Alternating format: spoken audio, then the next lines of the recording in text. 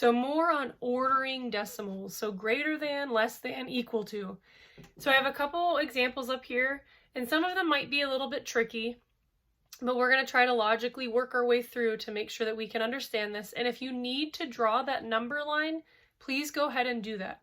I'm not going to have the number line up here, but if you need to draw that number line as we go through this video, please do that. And that way you can kind of see how these statements are going to be true when we're completed with them. So our first one is 0.7 and 0.8, or 7/10 and 8/10. So when you say it with the place value, 7/10 and 8/10, we can kind of see which one is going to be greater. So 7/10 is going to be less than 8/10, because if we were to write this, I just wrote the wrong sign. 7/10 is less than 8/10. So again, the angle is going to open towards the bigger number. So if we were to put these two numbers on the number line, the 7/10 would be to the left of the 8/10. So therefore the 8/10 is going to be greater. But look at this one, 0.415 and 0.41. Which one is bigger?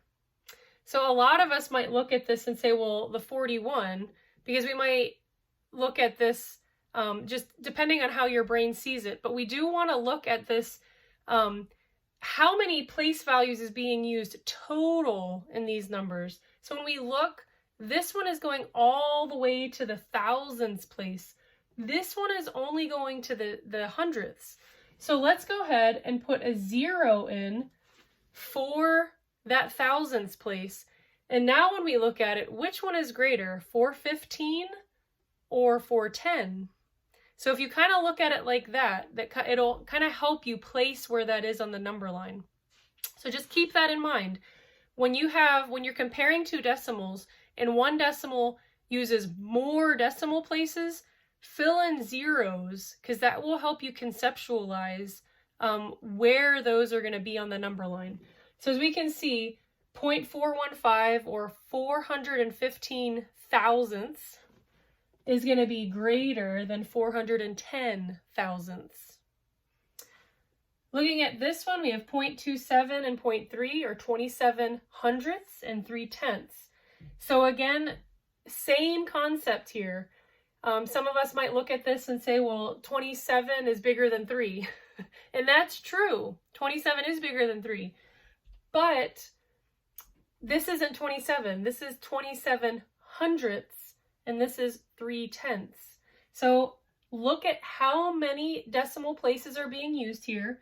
We have the tenths and the hundredths.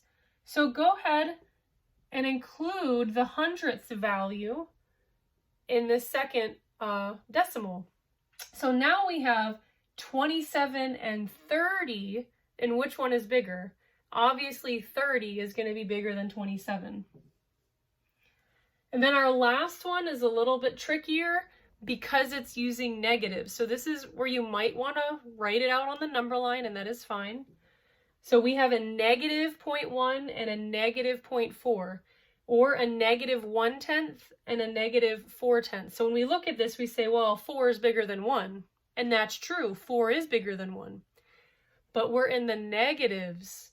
So remember, on the negative line, everything's backwards. So when we're working to the left of the 0, everything's kind of mirrored or reflected, if that makes sense. So 0.1 on the number line is actually going to be to the right of 0.4, your negative 0.4. So negative 0.1 in this case is actually going to be greater than negative 0.4. And again, if you want to draw that out on the number line, if you have 0 and this is your negative 1, you're going to have 0.1 right here, 2, 3, and then 0.4 right here. So here's your 0.1, here's your 0.2.